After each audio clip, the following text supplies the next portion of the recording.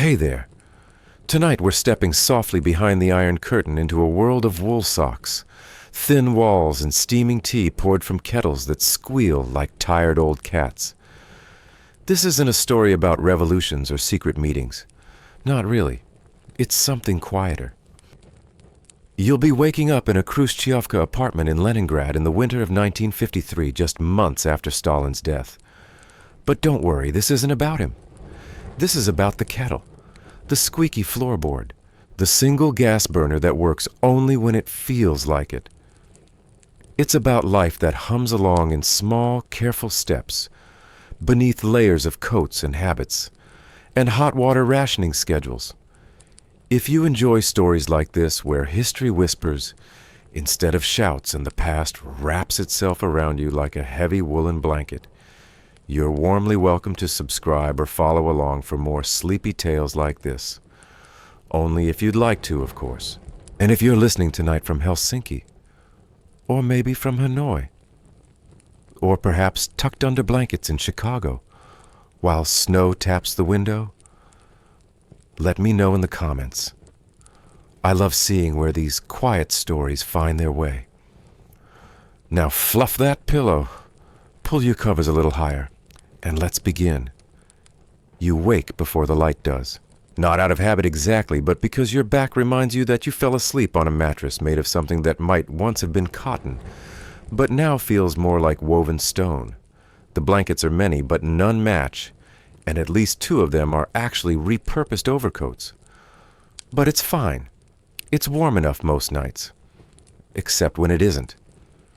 Your breath puffs out in pale clouds as you sit up.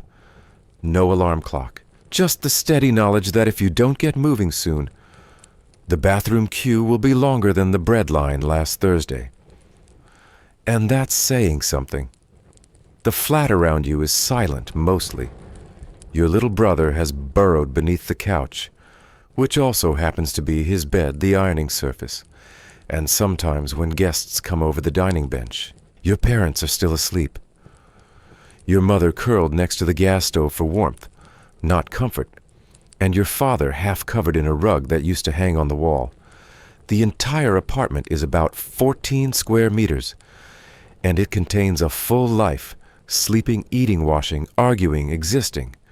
Privacy. That's a word from the West. Here you've learned to get dressed behind curtains hung between bunk beds. You stand and stretch. The floor is cold enough to feel like betrayal.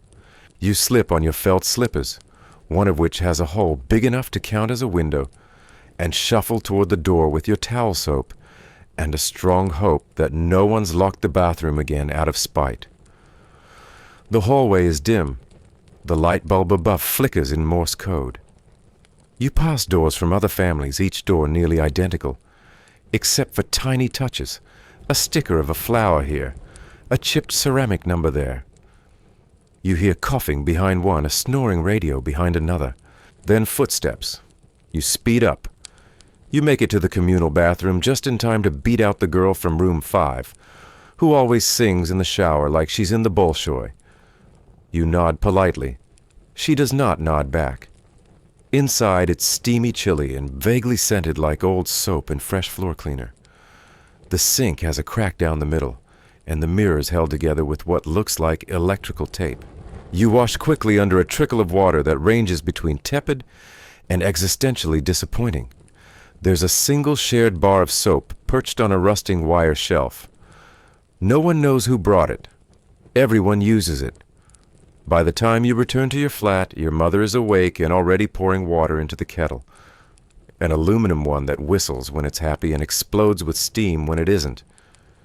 She's cutting black bread with the kind of precision usually reserved for surgery. It's 3 days old and dense enough to be classified as a building material. You still eat it. Toasted, it's almost charming. She hands you your enamel mug. Tea, if you can call it that. It's been brewed 3 times and has the personality of warm water that once met a leaf.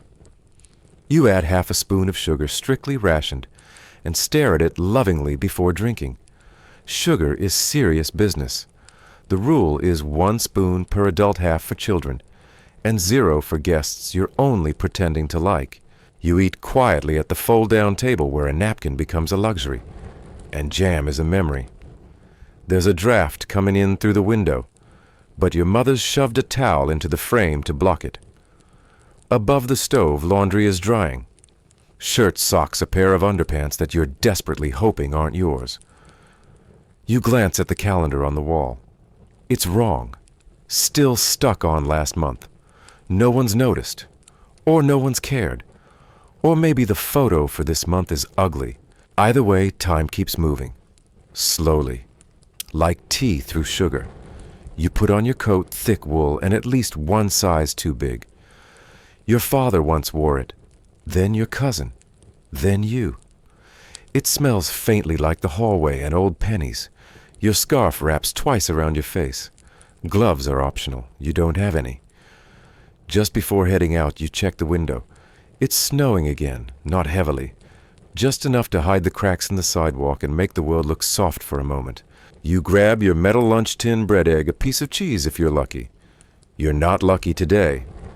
The stairwell is dim and smells like dust and distant soup. You nod to the neighbor on the third floor, who always seems to be painting something but never shows the result. He grunts. You nod again. Outside, the air is sharp and quiet. Snow crunches under your boots, and your breath comes in little bursts of mist. Around you, identical Khrushchevkas rise like tired soldiers, gray, blocky, and resigned.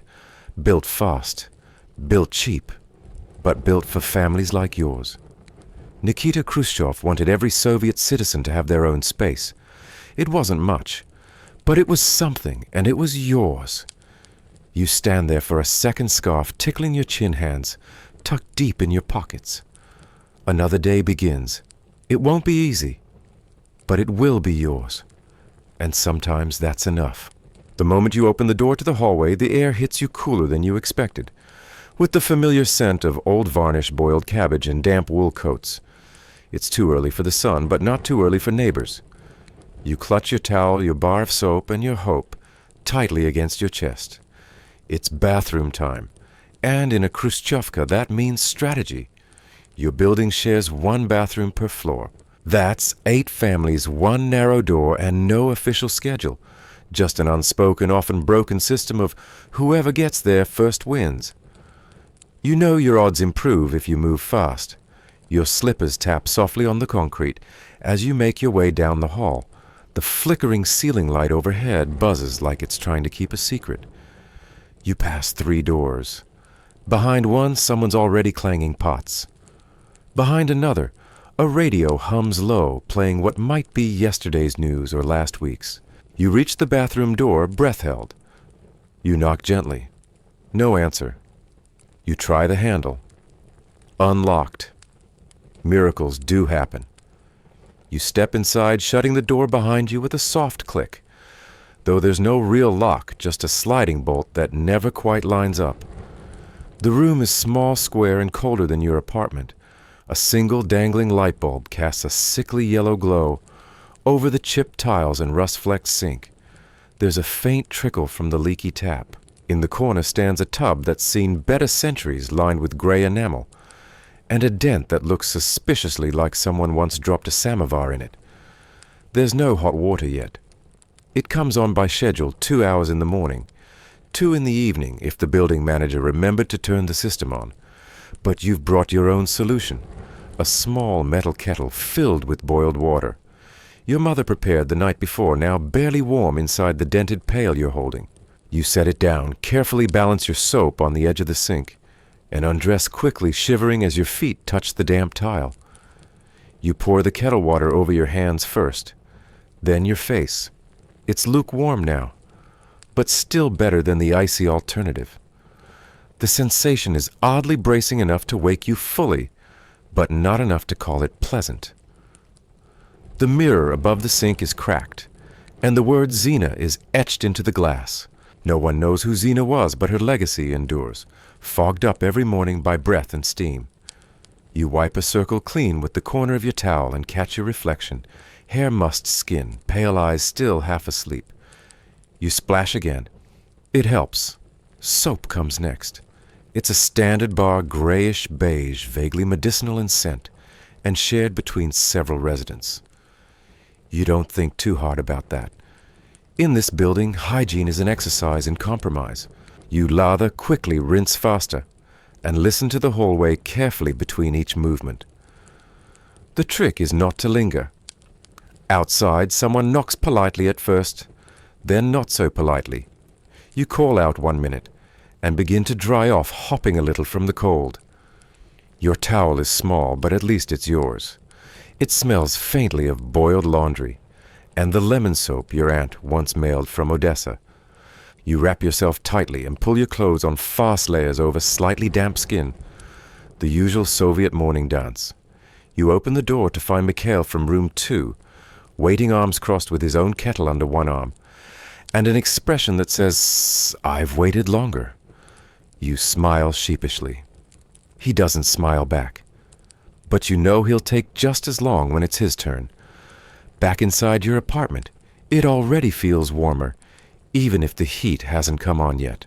The contrast is enough to make you appreciate the little things, the sound of water boiling on the stove, the faint click of a mug being set on the table, the way the morning light is beginning to stretch across the faded curtain.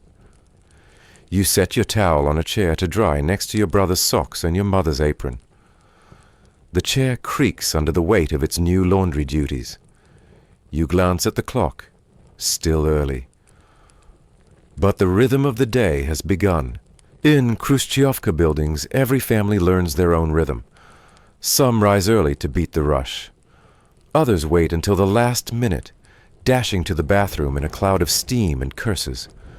And some, the true tacticians, quietly befriend the floor's plumber and get special tips on water timing. You've heard rumors that in some newer buildings, families have private bathrooms, real ones with showers, even bathtubs. It sounds luxurious, almost decadent. But here the bathroom is a shared battlefield, a place where patience timing and a good set of rubber slippers can make or break your morning. Historically, Khrushchevkas were introduced in the mid-1950s to solve a national housing crisis.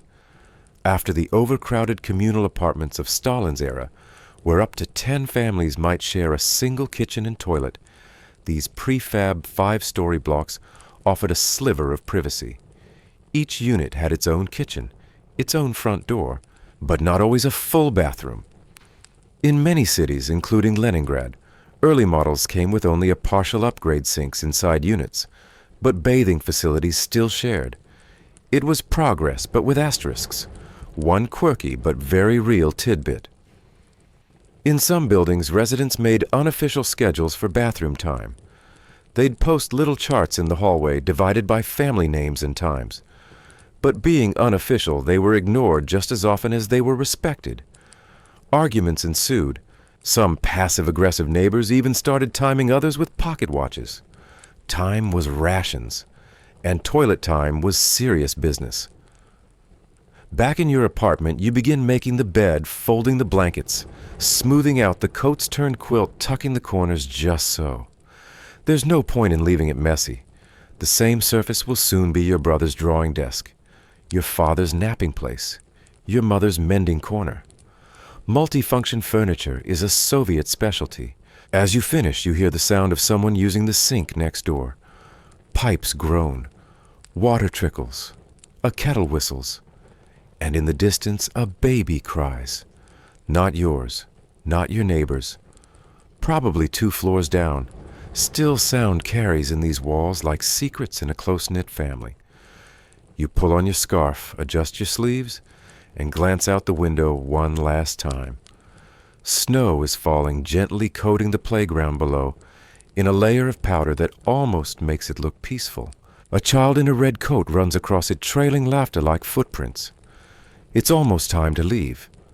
But for now, you sit for a moment on the edge of the bed, feeling the warmth slowly return to your hands. The day hasn't even properly begun, and already you've conquered the bathroom queue, the cold floor, and the hallway marathon. And that in itself is something worth quietly celebrating. You finally stand, pulling your coat closed with one hand and grabbing your cloth satchel with the other. The apartment behind you hums softly with early morning life. Your mother clinks spoons gently into mismatched cups. Your father adjusts the knobs on the radio, trying to catch the weather forecast through the crackling static. Your little brother is still half asleep, curled into a pile of blankets on the fold-out sofa, the heat from the stove just beginning to reach his toes. You step out into the hallway once more. The walls are painted in two colors, dark green on the bottom half, a tired beige on top. Scuffed and chipped, but familiar. There's a bulletin board pinned with community notices no one reads anymore. A flyer for a lost cat long since adopted by someone else. A handwritten sign warning again that the lift is out of order. Not that it matters you live on the second floor. You'll take the stairs as always, careful not to slip on the cracked tile at the first landing. Outside, the air is brisk. Not brutally cold, not yet, but sharp enough to sting your nose and make your eyes water a little. The kind of morning chill that insists you keep moving. You do. The sidewalk is a patchwork of melting snow, cigarette butts, and frozen slush. Someone's left footprints that snake toward the corner shop. A babushka in a faded overcoat huddles by the bus stop, clutching a plastic bag of apples. You nod politely. She nods back without a word. In this city, people don't speak much on winter mornings, unless they have to. Words get lost in the steam of your breath. Your boots crunch on gravel as you make your way down the block, past the kindergarten where tiny mittens hang from clotheslines like frozen flags, past the tram stop where workers in quilted jackets sip tea from metal thermoses. The scent of boiled buckwheat and diesel fuel drifts on the air. There's always a certain smell to Soviet mornings. It's oddly comforting in its own utilitarian way. You cross the courtyard, stepping over a frozen puddle you know by heart. It never fully melts, even in spring. The metal bars of the playground glint in the early light, empty for now, but still echoing the distant clang of yesterday's games. Someone's laundry stiffens in the breeze above you. Gray socks, a checkered towel, a blouse with its hem mended 3 times. The city isn't noisy, but it's never silent. There's always something, a dog barking from a balcony, the clack of heels on concrete, the faint thrum of a bus groaning into gear. Above you, the apartments rise like concrete cliffs. Each balcony a tiny world, a chair, a potted plant, a bicycle wheel, all coated in thin frost. You approach the metro entrance, descending the wide stone steps under a sign bearing the red M that promises warmth and movement. Inside, it's brighter, almost cheerful in a sterile way. Marble floors, high ceilings, posters announcing socialist achievements line the walls, smiling workers. Proud scientists, heroic farmers holding wheat stalks like trophies. A world of optimism in printed ink. You join the queue at the token booth. No swiping here, just a metal coin dropped with a satisfying clink into a slot that grants access to a humming escalator. The ride down is long, and you find yourself watching the people ahead of you. A woman in a white headscarf cradles a loaf of bread. A young man in a military coat yawns and adjusts his cap. Everyone moves at the same slow, measured pace. On the platform, a loudspeaker crackles to life, announcing the next train's arrival in precisely 2 minutes. There's a rhythm to it all, predictable, reassuring. The train pulls in with a gust of wind and metallic screech. The doors hiss open and you step inside. The seats are hard. The air smells of iron and overcoats. And somewhere a man quietly hums the opening bars of Katyusha. You hold the rail and sway with the motion. The metro is many things, but fast, at least it is. You glance at the woman across from you. She's reading a newspaper folded precisely in half. Pravda, of course. The front page shows a grainy photo of a ribbon-cutting ceremony for a new tractor plant. You wonder if it's already broken. Probably not. Or maybe yes. Either way, it will be fixed. That's the Soviet promise. As the train lurches forward, you think about where you're headed. Perhaps it's the textile factory, or maybe the glassworks by the river. Either way, the routine awaits. You'll arrive, clock in, and join the line. Machines humming, gloves on, head down, production quotas to meet. But for now, there's a moment of stillness suspended between the stations, between yesterday's tasks and today's expectations. Historically speaking, mornings in the USSR followed a quiet kind of choreography. Between the late 1950s and 1980s, urban Soviet citizens, especially in cities like Leningrad or Novosibirsk, lived in highly structured routines. Metro systems were heavily used, often transporting millions daily. Their punctuality became almost mythologized. One fascinating tidbit: Soviet metro stations were sometimes built with chandeliers and marble, not just for aesthetics, but as proof of socialist superiority, beauty for the masses underground. And yet, despite the grandeur, the journey remained deeply personal. Each face on the train was carrying something: Hope's groceries, grudges, perhaps even a carefully wrapped cake for a co-worker's name day. Every morning held a quiet tension between pride and fatigue, duty and imagination. The train slows as it approaches your station. You shift your bag, adjust your scarf, and prepare to step off. Another day, another line, another set of numbers to fulfill. But before that, there's always the journey itself. The soft clatter of wheels on rails, the shared quiet, the smell of metal and memories. You rise with the others, all moving as one. And as you walk toward the light at the end of the tunnel, you can't help but feel, just for a moment, that everything is unfolding exactly as planned. The factory stands waiting. You see it before you even finish crossing the cracked cement path from the metro stop. It's an enormous concrete box, with steam curling out from its vents and blackened windows that have seen too many winters. Above the door, in faded red lettering, a sign declares something about the dignity of labor and the glory of the Soviet worker. You've seen it 1,000 times. It's like a chant you've heard so often, your mind no longer registers the words, only their weight. Inside, the air is warmer, but only just. You check your coat at the door, hand over your wool gloves, and receive a stamped slip of paper that tells you your locker number and workstation. It's all very orderly, very gray. The floor smells faintly of machine oil and overboiled cabbage leftovers from yesterday's shift lunch, perhaps still lingering in the pipes.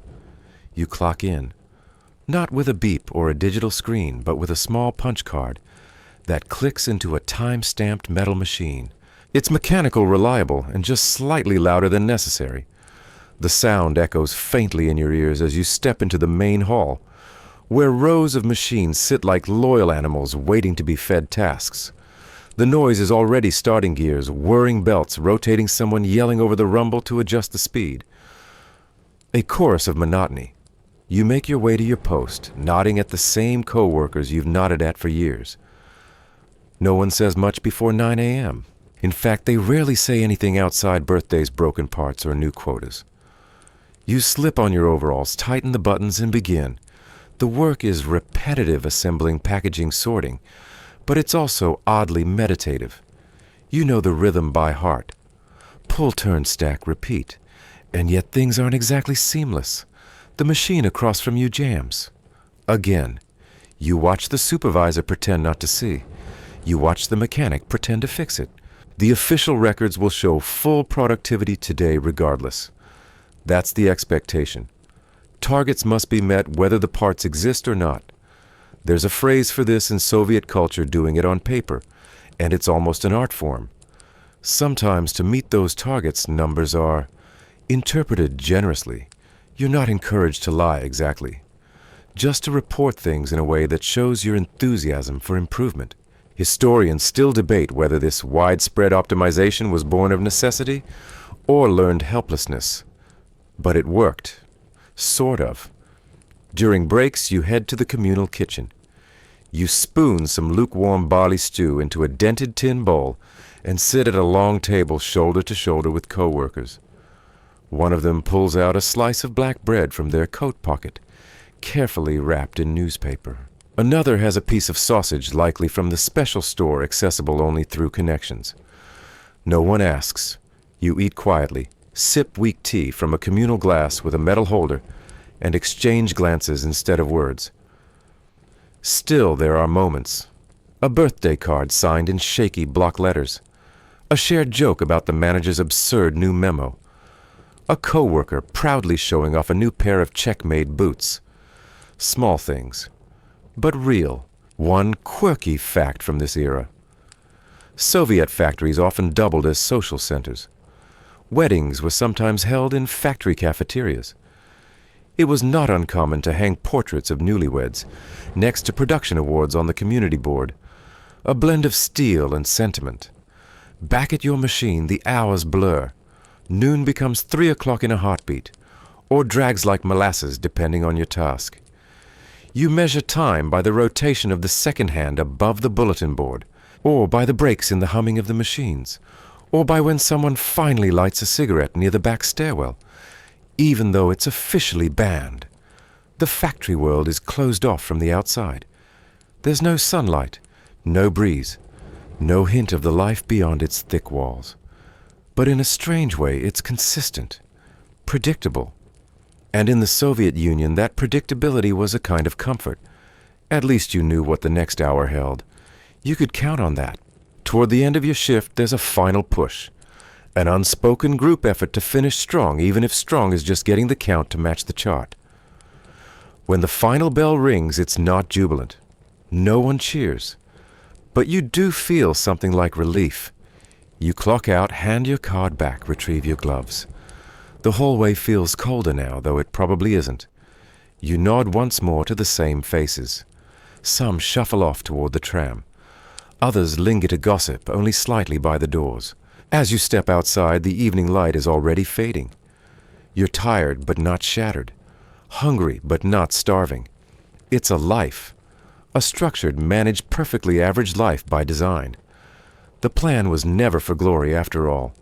It was for stability, for order. And in that sense, today, like most days, was a success.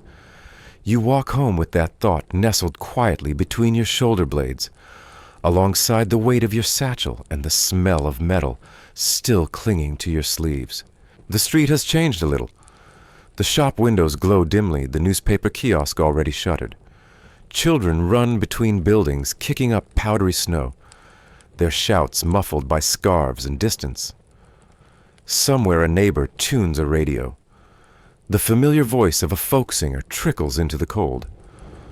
You pause just for a moment, beneath the bare branches of a tree that hasn't bloomed in months.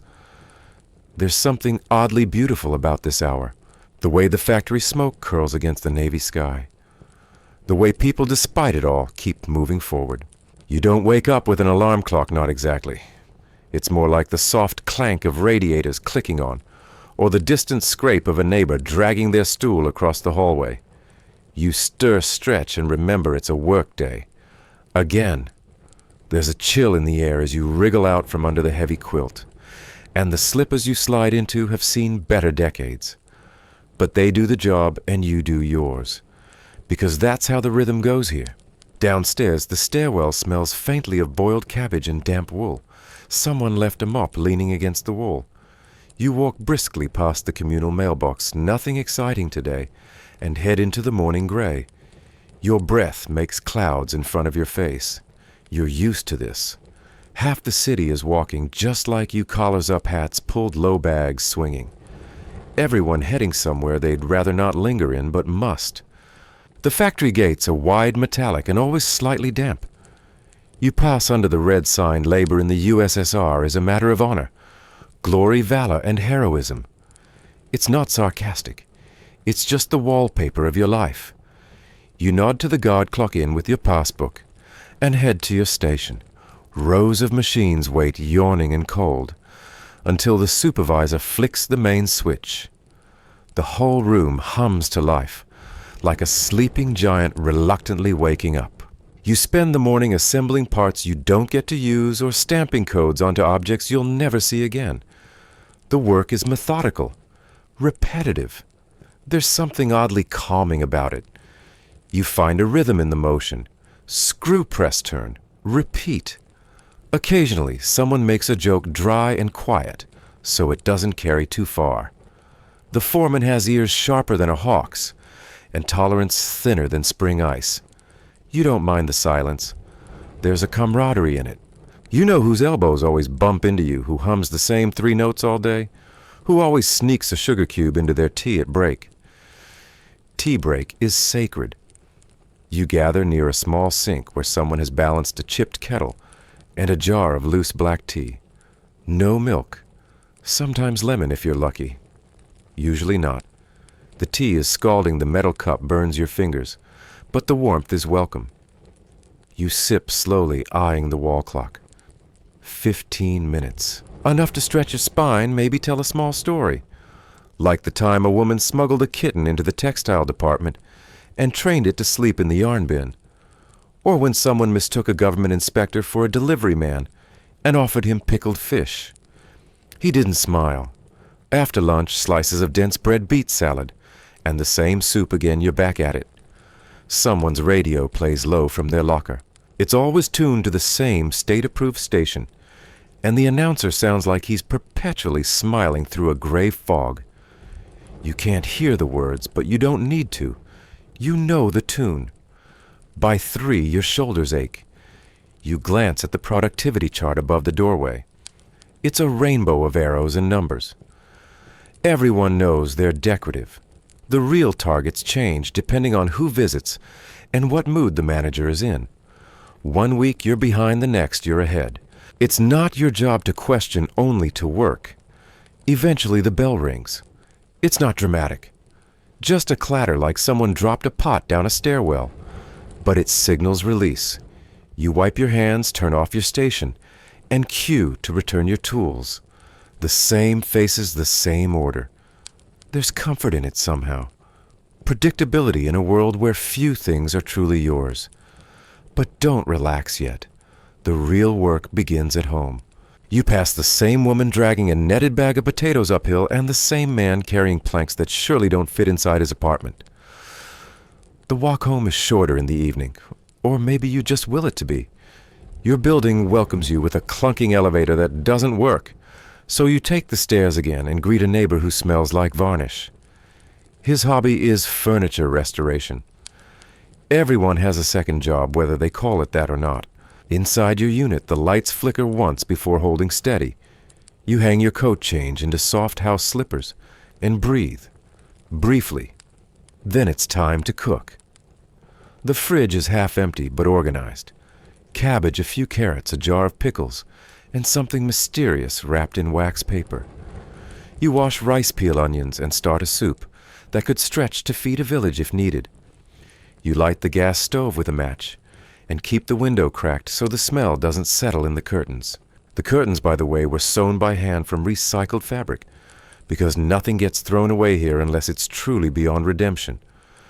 While the soup simmers, you hand-wash socks in the basin. The soap is coarse, but it does its job. The water is cold, so you work quickly. You set them to dry near the radiator and hope tomorrow's pair is ready by morning. Dinner is quiet. Maybe your father joins you, pulling out a chair with a soft grunt. He says little he's tired too, but the warmth between you is there unspoken. You share the meal, then tea again. Always tea. The sugar bowl is nearly empty, so you skip a second spoon. After eating, there's a quick inspection of the plumbing. The tap drips. You've already repaired it 3 times using a trick someone at work taught you with rubber bands and patience. You check the fuse box. Still intact. Then the shoes one pair needs a new sole. You work on it by lamplight, bent over like an old monk mending relics. Only instead of gold thread, you use twine, and an old awl passed down from someone who fixed things before you. You sit back when you're done. Stretch. Your back cracks satisfyingly. You glance at the bookshelf. It holds a few volumes, Pushkin, some dusty engineering manuals, a state-published gardening guide, and a sewing kit. Everything coexists. You don't call this multitasking. You just call it living. It's in these quiet, post-work hours that the soul of your home comes alive. Someone down the hall practices the accordion poorly. Upstairs, a child recites their homework aloud. Someone somewhere is listening to a recorded concert on vinyl. You close your eyes and imagine you're there in a theater with chandeliers, not curled in a chair that sags a little on the left side.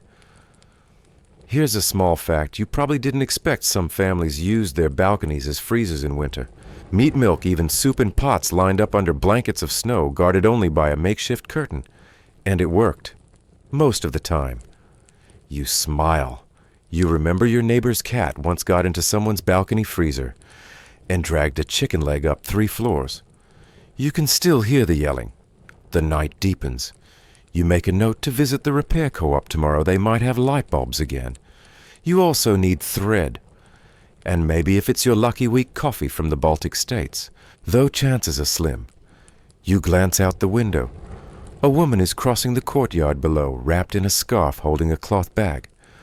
Probably heading to the night shift, or maybe to help a friend. People always help. That's another truth they don't put on posters, but it's real. In this system where resources are plan-timed and sometimes misplaced people have learned to plan around the plans, to do 2 jobs while getting paid for 1, to fix what's broken with leftover string and shared wisdom, to find warmth not in abundance, but in ritual, in the tap of a spoon against a chipped cup, in a borrowed wrench, in a pair of shoes that last 3 winters because you made it so. Historians still debate whether this adaptability was a triumph of human spirit or a quiet surrender to control.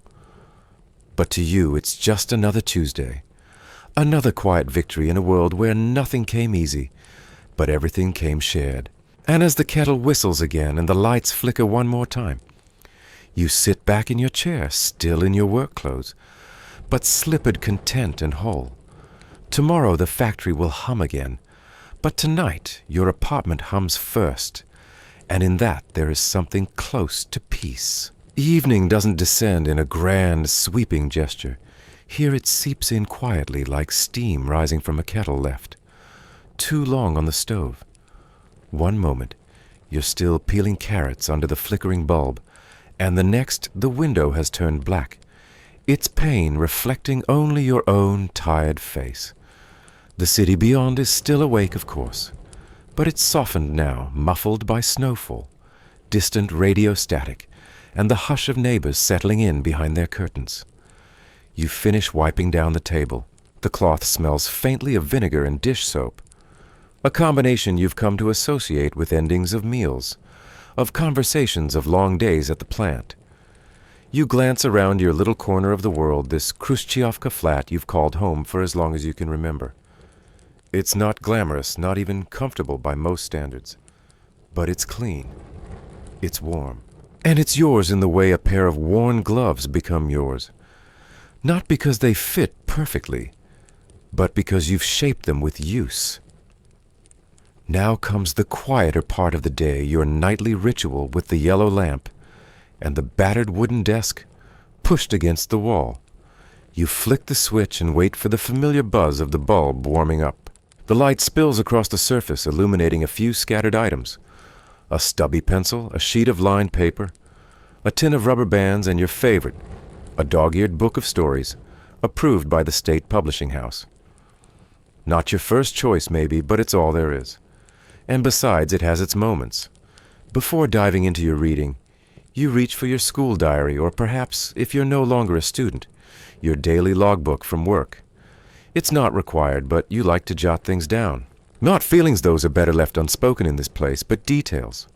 What you ate, what the supervisor said, the way the snow piled on the windowsill in the shape of a crooked heart.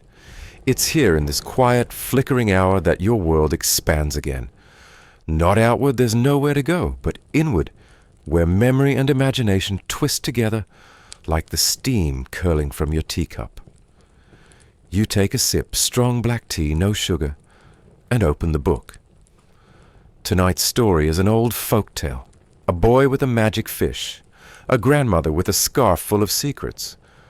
The words are familiar, but they still catch you off guard in places. You read slowly, savoring each sentence, like it might be your last for a while, because you never know when the book will be borrowed by a cousin, or when the lamp bulb will burn out with no replacement in sight.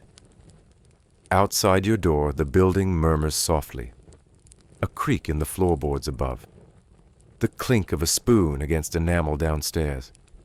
Someone laughing a child's voice quickly hushed. These are the sounds of 1,000 families sharing the same wall ceilings and heating pipe that hisses like a polite old man clearing his throat. It's strange, perhaps, to find peace in such tight quarters, but there's a kind of comfort to it. You're never really alone, even when you wish you were. And that's a feeling many Westerners wouldn't quite understand, the constant presence of others. Not just in your day, but in your air, your water, your routines. Take the radio, for instance. It's always on even when no one's listening. A background murmur of patriotism announcements music played on state-approved orchestras. You turn the volume down, not off, never off. That little dial has been known to raise eyebrows. But tonight, the programming is gentle. A soft-voiced reader recites children's fairy tales. There's something reassuring in his tone, even if you stopped believing in dragons long ago. You lean back in your chair, letting the rhythm of the words wash over you. The voice speaks of distant lands and brave girls in lost gloves that find their way home. You know it's propaganda coded in folklore, but you also know how to take what you need from it. Just enough to drift gently toward rest. And that's when the memories sneak in. Not grand ones. Not Red Square parades or May Day marches. No, the small ones. Like the time your mother sewed your school badge onto your uniform with a needle she'd sharpened herself. Or the afternoon you and your sister melted snow to mop the floor because the water main was frozen solid. These are the kinds of memories that stick, not because they were glorious, but because they were yours. Speaking of school, do you remember how the classrooms always smelled like chalk and damp wool? How the teacher's voice could carry across the room, even when she was whispering? And how no matter what the lesson was, the answers always seemed to circle back to Lenin somehow. That's not an exaggeration. It was practically a law of physics in the Soviet curriculum. Gravity pulls things downward, and all roads lead to Lenin. You memorized entire speeches line by line, not because you believed them necessarily, but because not knowing them could mean missing out on opportunities. Scholarships, party favor, even a chance at a slightly better job for your uncle's friend's neighbor. Historians still debate whether this was sincere ideological training or just elaborate theater. But for you, it was Tuesday, and it meant standing straight, reciting with a clear voice, and hoping your boots weren't leaking again. You remember your literature teacher best. She had a fondness for poetry, and just once read a passage that wasn't on the syllabus. It was a poem about winter stars and loneliness. You never forgot the way she looked over her shoulder before reading it, as though the snowflakes outside might report her. And of course there were the library books with their stamped cards and fading covers, most of them worn thin from hands like yours, people searching for escape in the margins between approved narratives. Occasionally you'd find a strange little doodle or message scribbled in the back pages. Nothing rebellious, just human. After reading a few pages more, your eyes begin to droop. You cap your pen, close the book, and set your diary neatly in its place. The room dims. You switch off the lamp, but the radio stays on just a little softer now. You lie back on the pull-out sofa bed, which groans beneath your weight like it too has worked all day. You pull the blanket up to your chin. It's itchy, sure, but warm. The radiator clicks in protest. You exhale. The room exhales with you. There's no bathtub here, no glowing screen, no plush mattress. But there is stillness. There is routine. There is the strange, tender knowledge that you have done what needed doing, and that in this place is everything. And as you drift off to sleep, you wonder not for the first time what your life might have looked like elsewhere. In Paris, perhaps, or Toronto. But the thought passes, not with bitterness, just with a kind of resigned affection. Because for all its stiffness and structure, this life, your life, is real. It's stitched together from mismatched fabrics and measured by kettles and curtain seams. It is a life full of absence, yes, but also of resilience, repetition, and small, unshakable joys, like the taste of tea from a cracked mug, or the sound of your neighbor singing in the stairwell, or a book that smells faintly of dust and possibilities, and that quietly, stubbornly is enough. Morning light arrives not in a golden stream through luxurious drapes, but in a slow gray crawl across the fogged glass of your window pane. It's the same view as always, rows of concrete blocks, some laundry flapping in defiance, and the low hum of the trolleybus wires crackling faintly in the distance.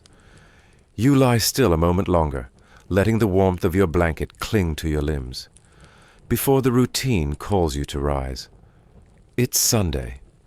A treat, which doesn't mean rest in the Western sense, not quite. The work week may be over, but that doesn't mean the labor stops.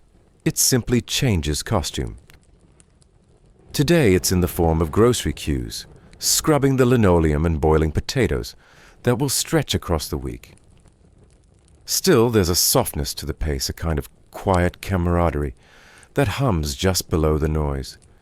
You shuffle to the shared kitchen in your felt slippers, careful not to wake the upstairs neighbors. The air smells like pickled cabbage and reheated soup. Someone has already claimed the stove. You can hear the soft tap of a spoon against enamel. You wait your turn, holding your breath slightly, as you step over the curled rug edge that always tries to trip you. Once your water is boiling, you pour it over black tea leaves. Real ones today, not dust from a reused bag. A luxury. You allow yourself a small spoonful of sugar saved from a trade with a neighbor who works at the train station. No one barters openly, of course, but favors like breadcrumbs are quietly passed along.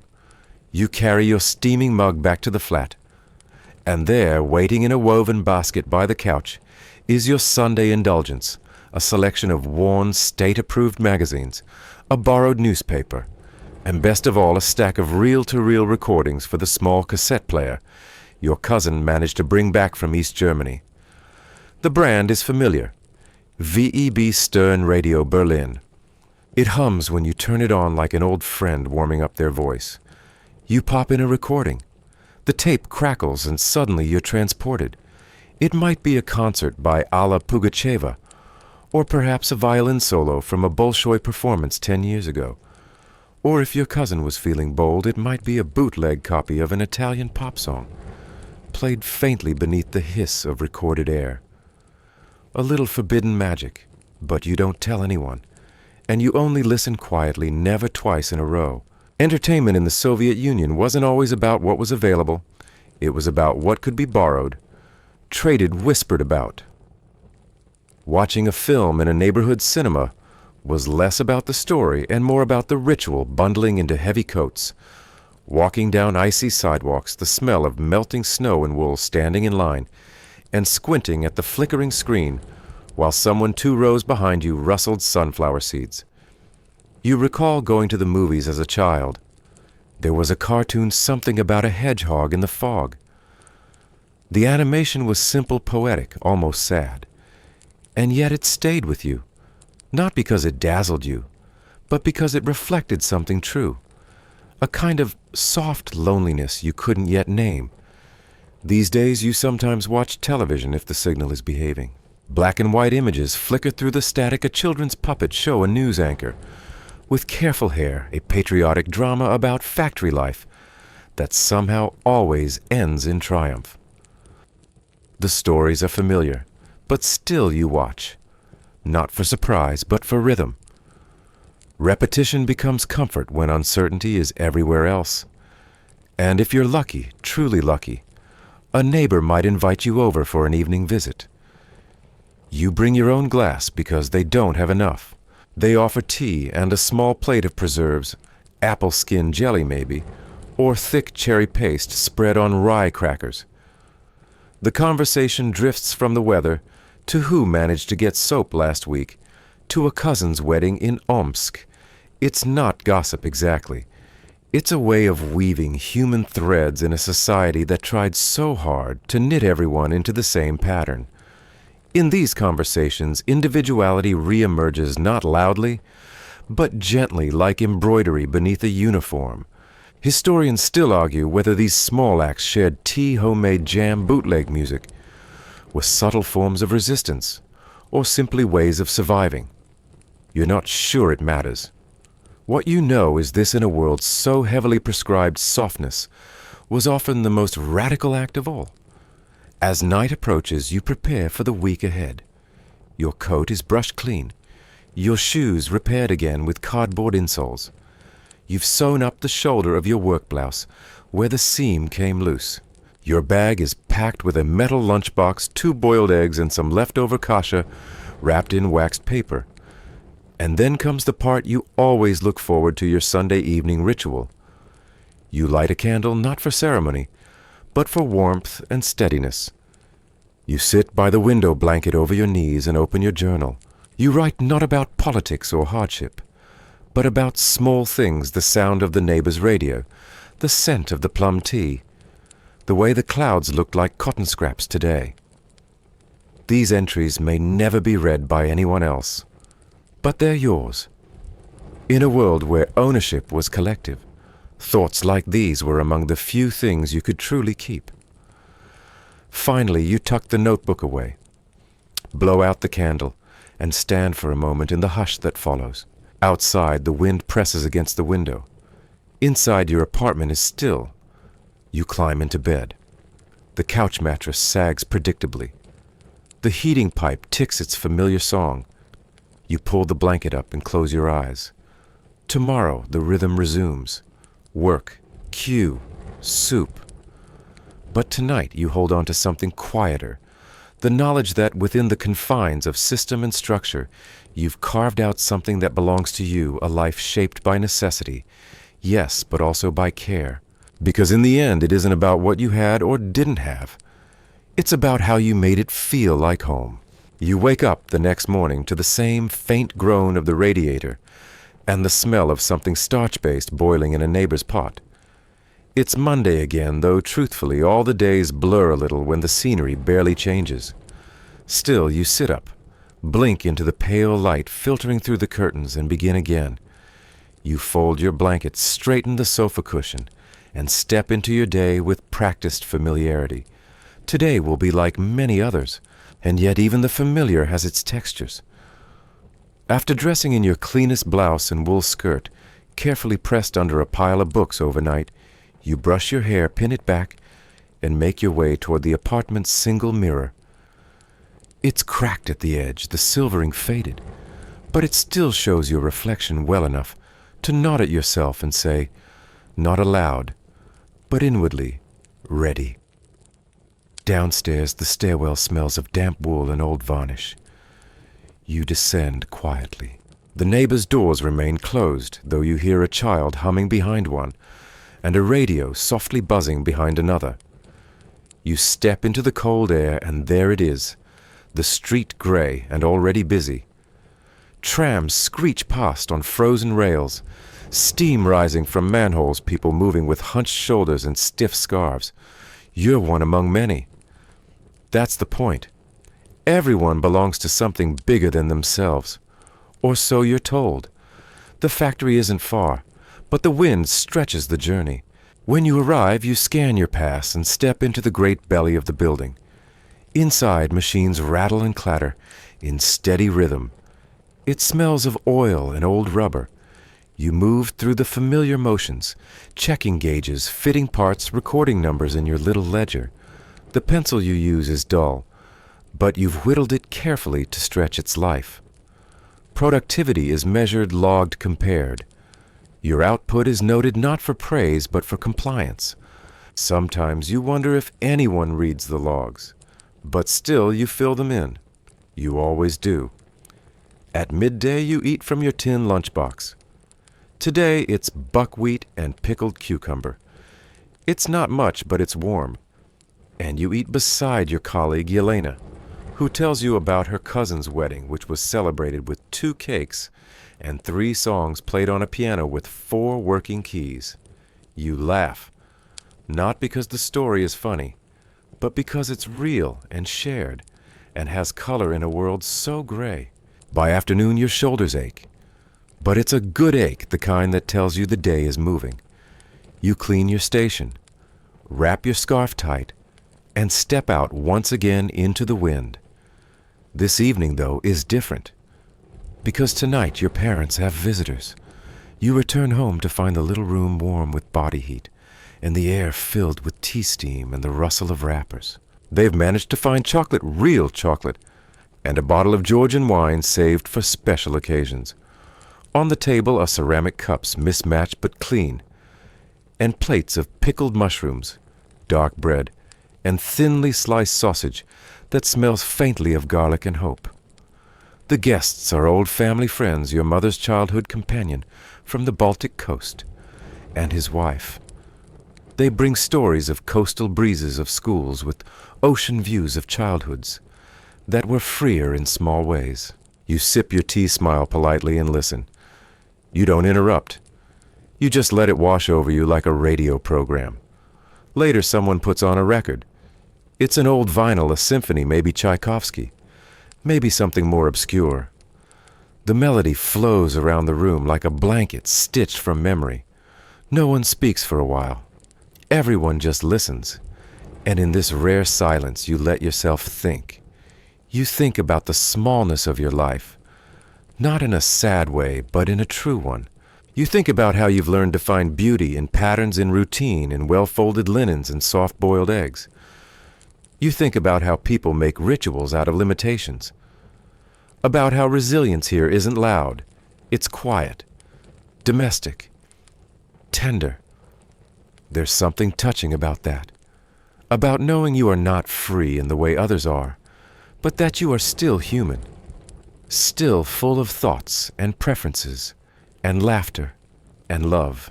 That the system may have shaped the outlines of your day, but not the warmth inside it.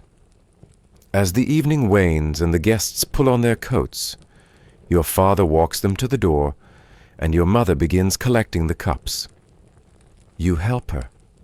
No one speaks of politics, or struggle, or ambition. Just the dishes and whether the bread will last through Wednesday.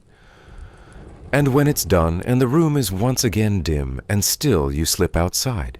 You climb the fire escape to the rooftop, not high, just 5 floors up, but enough to see the low, glimmering skyline.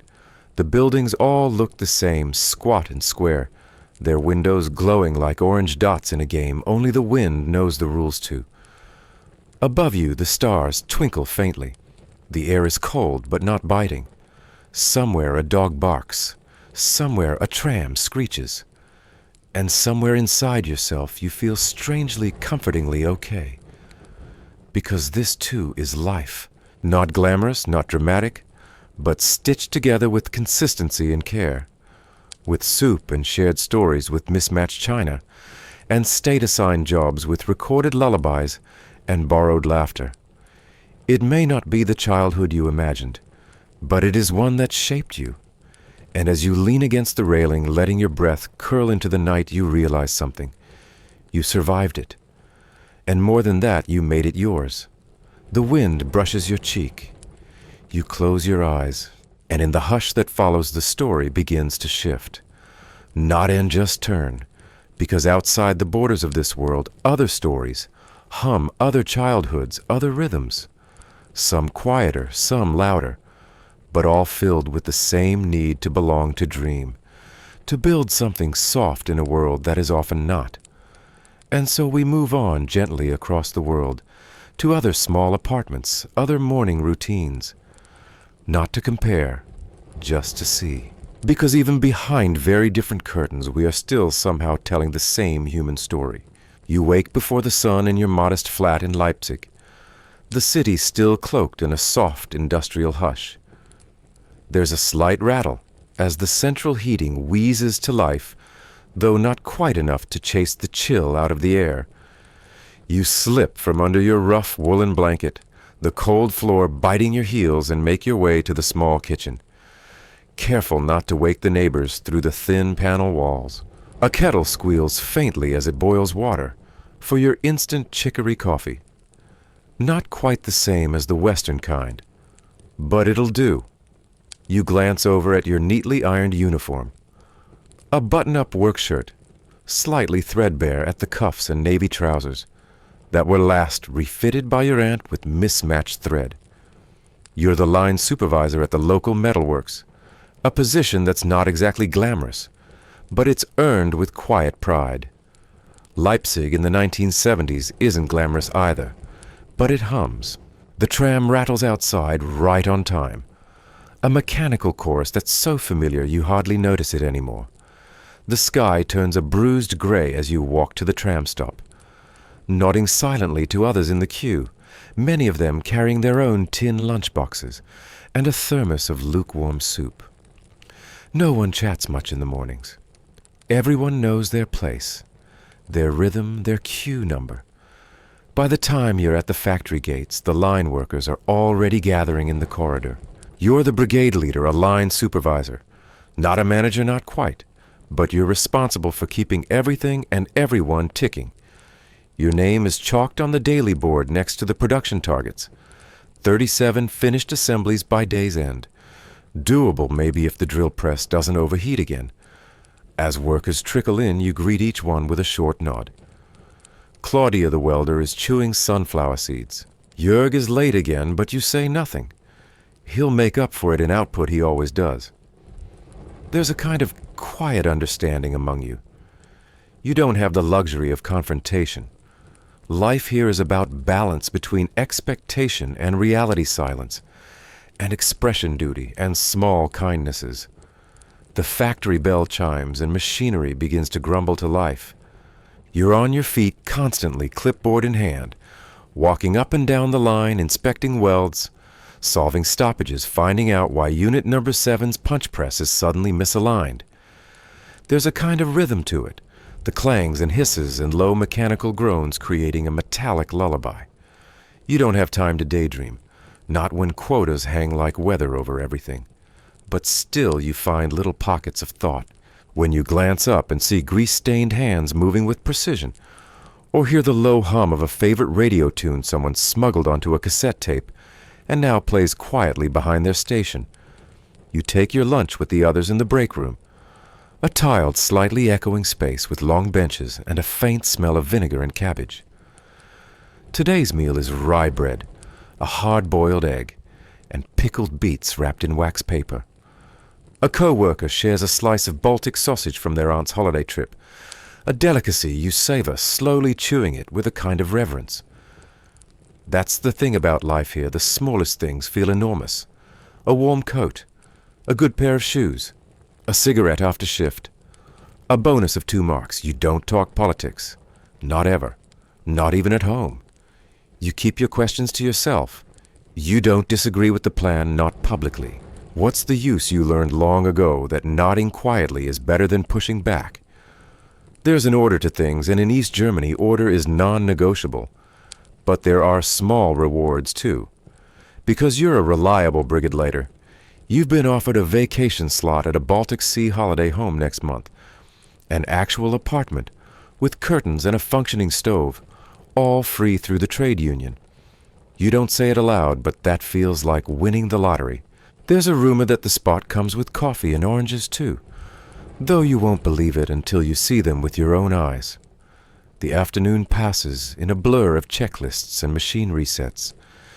You scribble figures on your clipboard, double-check Claudia's weld quality, and take a phone call from the supply office about delays in copper parts. You handle it all without complaint. You've learned that efficiency doesn't always mean success here. It just means survival. Evening settles slowly, the sun casting a bronze glow over the concrete skyline. The factory whistle blows and you hang your coat on the peg, pocket your notebook, and head for the tram. There's a lightness in your chest as the city creaks into twilight shop lights, flickering on children bouncing a ball in the stairwell corridor, their laughter echoing off the gray walls. Back home, the apartment is quiet. You heat up a cabbage stew and eat with the radio playing quietly in the background. Tonight it's a symphony broadcast from Berlin. No one in your building complains. You can hear the distant clink of dishes from another flat. Someone tuning a violin upstairs. Someone else laughing softly on the phone.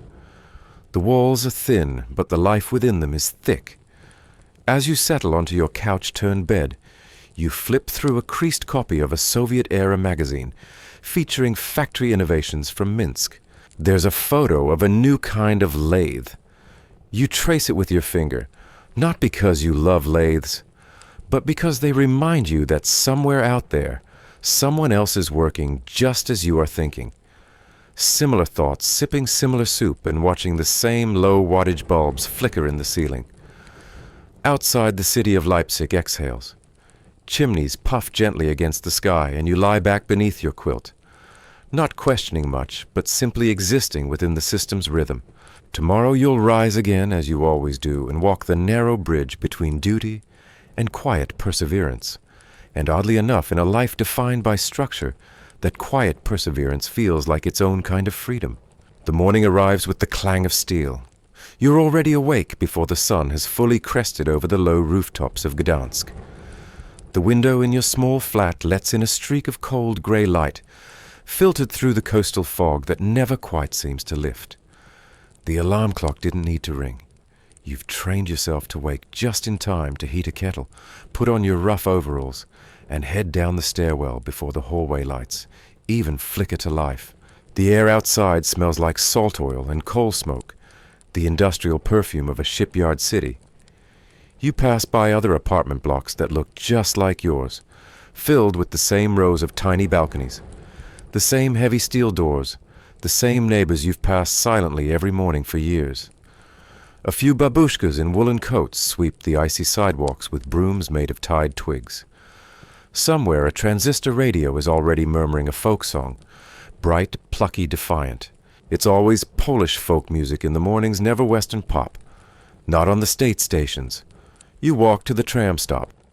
There's a line already, of course. There's always a line for bread, for meat, for shoes, and now for a seat on the 6:30 tram to the docks. You shift your lunch bag from one hand to the other. It's wrapped in wax paper and contains half a loaf of bread, a boiled egg, and a slice of cheese you traded a spare light bulb for. You nod politely at the man behind you in line. He's wearing the same navy blue uniform, the same tired face, the same resigned eyes. When the tram arrives, groaning and shaking on its rails, you pack in tight with the others. No one talks. The silence isn't fear exactly. It's habit. Some say it's respect. Others say it's exhaustion. Most don't say anything at all. At the shipyard gate, the noise hits you like a wall. Hammers clanging against metal welding torches sparking in rhythmic bursts. The roar of cranes lifting steel hull sections like giant insects in flight. This is the Stocznia Gdanska, the Lenin shipyard, a sprawling world of scaffolding sweat and state orders. Here, you and thousands of others build the ships that will carry Polish goods across the Baltic and beyond. You clock in with a worn plastic card and descend into the hangars. Your task today is to weld the lower support beams on the mid-deck of a new cargo freighter. The metal is freezing to the touch, your goggles fog every few minutes. And the torch sputters when the gas line hiccups, which it always does. But you keep at it. There's pride in precision. There's dignity in doing a job right even when no one sees. And someone is seeing. The party always sees. On a clipboard in the corner, a young man in a crisp jacket ticks boxes. He's not a worker. He's an observer. You've seen him before drinking coffee in the management office. He doesn't weld. He doesn't even get dirty. But his reports will shape whether your section meets its quota or whether your team spends Saturday on voluntary overtime. There's camaraderie, though. You and the others in your unit have shared this workshop for years. You know who sings quietly under their breath. You know whose gloves always have holes. You know who brings extra pickles and shares them during break. That's what makes the difference, not ideology, not policy, but each other. On your break, you find a spot near the open doors. You unwrap your sandwich and take a bite, the cold wind slicing through the hangar. Someone nearby is listening to the radio, a folk tune about a shepherd lost in the Carpathians. You hum along. These songs aren't just music. They're a kind of code, a way of remembering who you are in a world that constantly tries to define you from the top down. You swap a joke with a friend about the latest government slogan, Painted on the canteen wall, something about 5-year plans bringing 5-star futures. You both laugh quietly. You don't mock. Not exactly. Just nudge. You remember a time not long ago when a neighbor disappeared after too much nudging. That's why most people choose silence. Or at most irony. But irony is a strange kind of freedom, isn't it? When you can't say what you think, you learn to say it sideways. A joke, a shrug, a knowing glance. That's what keeps the spirit alive. After lunch, you're called into a short safety meeting. The floor manager talks about new protocols, about productivity, about collective success. His tie is crooked. You try not to fall asleep. The metal folding chair is colder than the workshop floor. Then it's back to the torch, back to the rhythm, back to the sparks and the sweat. Hours pass. The sun never really shows itself. Just a pale smear behind thick clouds. But eventually the shift ends. You stretch your back, peel off your gloves, and walk to the tram with the same silent crew. Someone offers you a toffee from a pocket German smuggled in through a cousin. You take it. You savor it. It tastes like rebellion. At home, the apartment smells like stewed cabbage. Your wife is rinsing laundry in the bathtub. Your daughter is hunched over a workbook, practicing cursive letters. On the wall, there's a poster of a smiling sailor, with perfect teeth and a Soviet flag behind him. You don't take it down. You don't even notice it anymore. You sit, remove your boots, and listen to the news. A minor announcement about train delays in Krakow. A new medal awarded to a youth athlete. Nothing that affects your life, not really. But then a different voice crackles on a folk singer live from a festival in Zakopane. You smile. His lyrics are sharp, clever. Too clever for the senses to catch. Or maybe they allow just enough truth to vent the pressure. Historians still argue whether that was a deliberate tactic or just institutional chaos. You sip black tea. You fold tomorrow's uniform. You hear the couple upstairs arguing again. Thin walls. Outside, snow begins to fall, not heavy but steady. It paints the concrete in softness. It makes everything look clean. As you close the blinds, you think about the little victories. How you repaired the light switch with parts from an old radio. How you managed to get a replacement bulb without bribing anyone. How the factory gave you 2 extra cans of condensed milk last week in overstock, they said. And you think about the others. The shipbuilders in Gdansk who just a few years from now will stop work entirely. Who will form something new, something that shakes the whole block. You don't know that yet, of course. But you feel it. A tension in the air like the stillness before a weld. Tonight, though, it's enough to be home. To have socks without holes. To hear your daughter laugh at a joke in her school book. And maybe tomorrow you'll swap a tin of pickled mushrooms for a vinyl record from East Germany. Or maybe you'll just listen to the same scratch tape again, a folk song about fire and steel, about loss and love. Because this is your life. And somehow, within all its limits, you've found your rhythm. And just like that, we slip quietly from the docks of Gdansk and back out into the wider world. Past welding torches and radio whispers into the fields of Hungary and the glow of oil lamps in Havana. We're not done yet. There's still more to see. More quiet lives gently unfolding. Let's keep going. You rise before the sun does. Not because anyone's forcing you exactly, but because the land, soft and damp from last night's dew, has a rhythm of its own. In this tiny Hungarian village in the 1970s, your mornings begin with the sound of a creaky hand pump in the courtyard and the sleepy murmur of neighbors fetching water. There's no alarm clock, just the rustle of branches outside your open window and the rooster who takes his civic duties quite seriously. You pull on your worn but neatly mended coat, step outside into the crisp morning and inhale. There's the earthy scent of soil mixed faintly with wood smoke and fermenting apples. You're a member of the local Termilossovet, the agricultural cooperative that sustains the village. That word, long and clunky, basically means this: you don't work for yourself. But you're not exactly working for the state either. It's a middle path. Hungary has charted under its own brand of socialism goulash. Socialism, some call it, half-jokingly. As you walk the narrow dirt path to the fields, the village slowly awakens. The church bell doesn't ring for prayers anymore, not officially, but it still chimes at 7. That's your signal. The co-op's fields stretch far beyond the hill, a mosaic of sunflower rows, sugar beet plots and vineyards. You join your team, mostly neighbors and cousins, and get your assignments for the day. Today you're harvesting cabbages. Again. And yes, your back already knows. Unlike the harsh top-down collectives of other Eastern Bloc countries, Hungary's cooperatives have wiggle room. You get a modest wage, a few bonuses tied to productivity, and most importantly, you're allowed a plot of your own. Not much, but enough to grow paprika cucumbers and tomatoes that taste like sunshine in solid form. These home gardens are what keep your table colorful and your spirit from shrinking. Historians often point to Hungary's agricultural policy as a small anomaly in the bloc, collectivized, yes, but with surprising flexibility. You dig in with your hands. No tractor today. It's muddy and the old Zeder hasn't been repaired yet. So it's you, your hoe, and a rhythm you've known since childhood. The work is physical, yes, but there's camaraderie. Someone hums a folk song, someone else cracks a joke about the party's latest big plan that no one truly understands. Laughter like compost somehow makes everything grow a bit better. At midday, you head to the communal canteen. It's a wooden structure with mismatched chairs, a leaky tin roof, and the smell of dill and onions clinging to everything.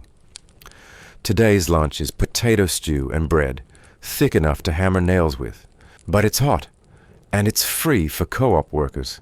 And there's always extra if the cook likes you, which she does since you helped fix her fence last summer. You take a seat by the window and sip cherry compote from a tin cup, watching the sunlight dance through the curtain's threadbare lace. Next to you, an old man tells stories from the war, every story beginning with "back then," and somehow ending with paprika prices.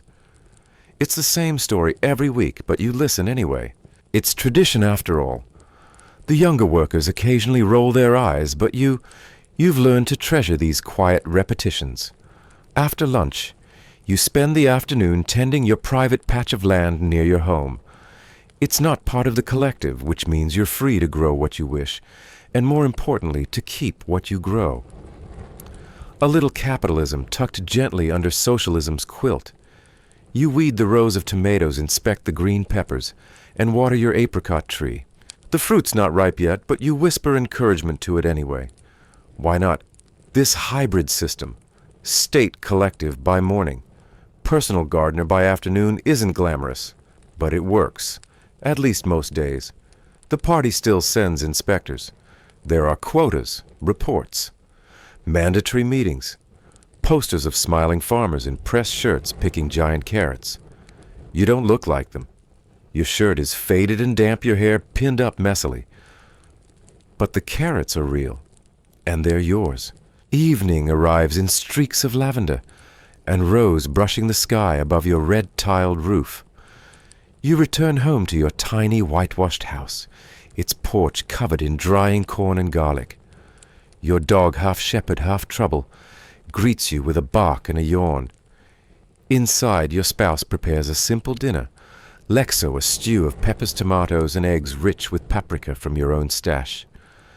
The radio crackles with a Hungarian folk tune, interrupted occasionally by news from Budapest. You sit together sharing stories and sipping palinka from mismatched glasses. Outside, crickets begin their nightly concert. A neighbor drops by to trade a jar of pickles for a few eggs. And before long, someone starts singing softly on the front steps. No invitation necessary. That's just how it is here. By 9, the village quiets. The stars appear first shyly, then all at once. You sit for a moment longer, enjoying the stillness. You think of your life, your labor, your land. You don't own much, not officially. But this patch of earth, this meal, this moment, it's enough.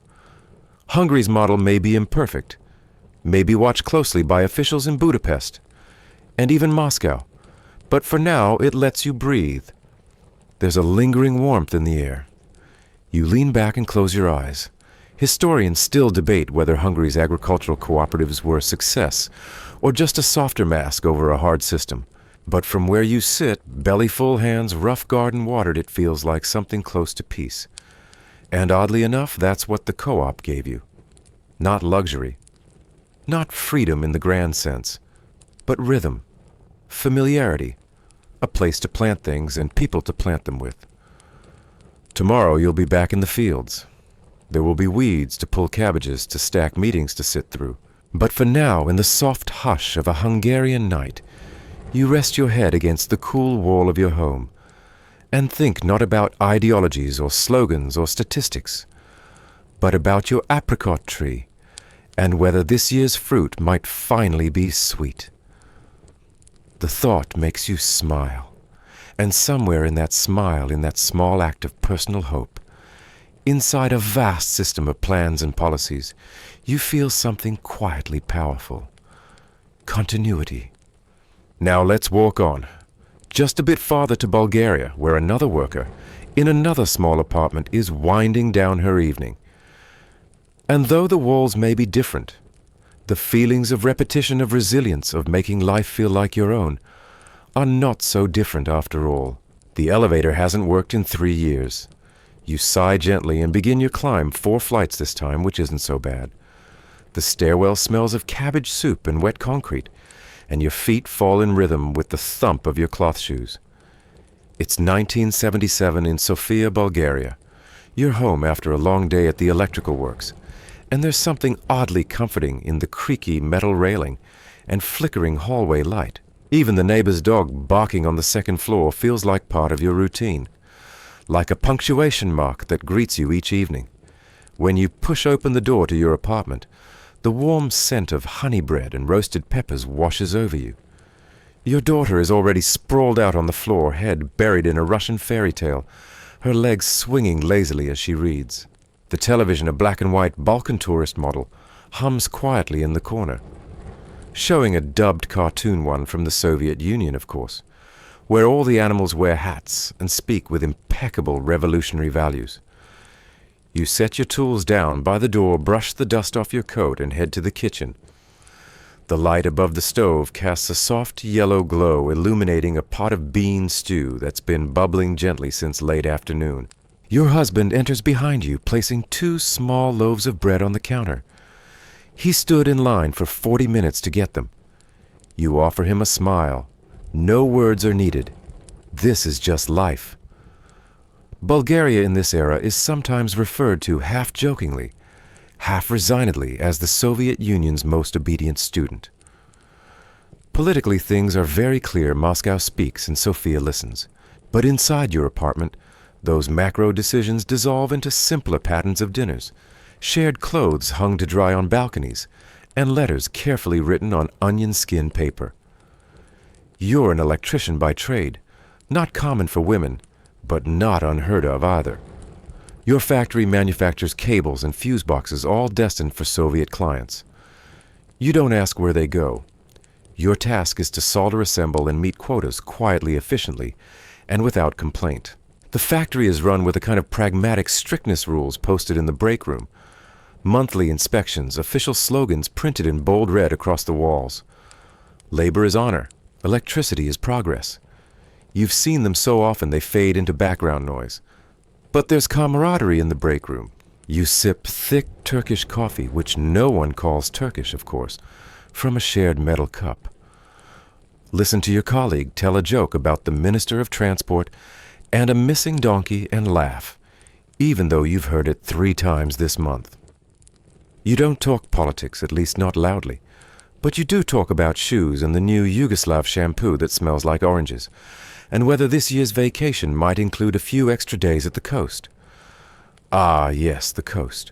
If you're lucky, your name will come up on the summer holiday list, and you'll receive vouchers for a week at the Black Sea. A room with a view, shared bathrooms, meals with a side of boiled potatoes, but also the sea, the smell of salt, the sound of your child's laughter as she runs across the sand, shouting about seashells and jellyfish. Even in this tightly woven fabric of socialist planning, there are moments that breathe. After dinner, your family gathers in the living room. The radio clicks on an old model with a cracked dial that somehow still picks up faint music from across the border. Tonight, someone's tuned it just right. And through the static comes a song. It's Western, rock music, perhaps even from England. Your daughter's eyes light up. She starts tapping her fingers to the rhythm. You don't change the station. Listening to foreign music isn't strictly illegal, but it's not exactly encouraged. Still, the neighbors do it too. Late at night, if you open your window, you can hear echoes of Elton John or ABBA, drifting down the concrete canyons of the housing blocks, mixing with the lullaby of crickets and faraway traffic. Your apartment is small, just 2 rooms, but it's newly built, part of a socialist housing project meant to accommodate the growing urban population. The walls are a bit thin and the plumbing sighs when you run hot water, but there's a sense of pride in it. You have a real bathroom, a gas stove, a telephone mounted by the kitchen door. Your mother never had these things, and you have your rituals. Saturday mornings means scrubbing the hallway with the other women on your floor, each assigned a week in rotation. Sundays are for airing out the blankets, flipping through magazines from Czechoslovakia, and making jam from the plums your uncle sends from the countryside. Everything has its rhythm. There's not much choice in the shops, and you've learned to sew dresses from old curtains and trade extra eggs for nylons.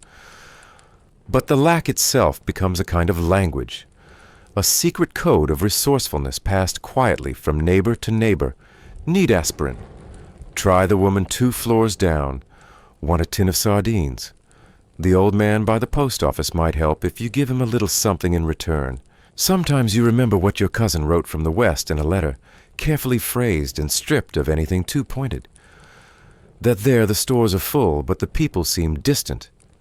That there she has freedom, but no one borrows sugar or shares soup on sick days. You wonder what you'd choose if you could. The night deepens. You tuck your daughter into bed, kiss her forehead, and sit by the window with a cup of mint tea. Outside, the lights of Sofia stretch out beneath you, rows of yellow and orange, blinking through the haze.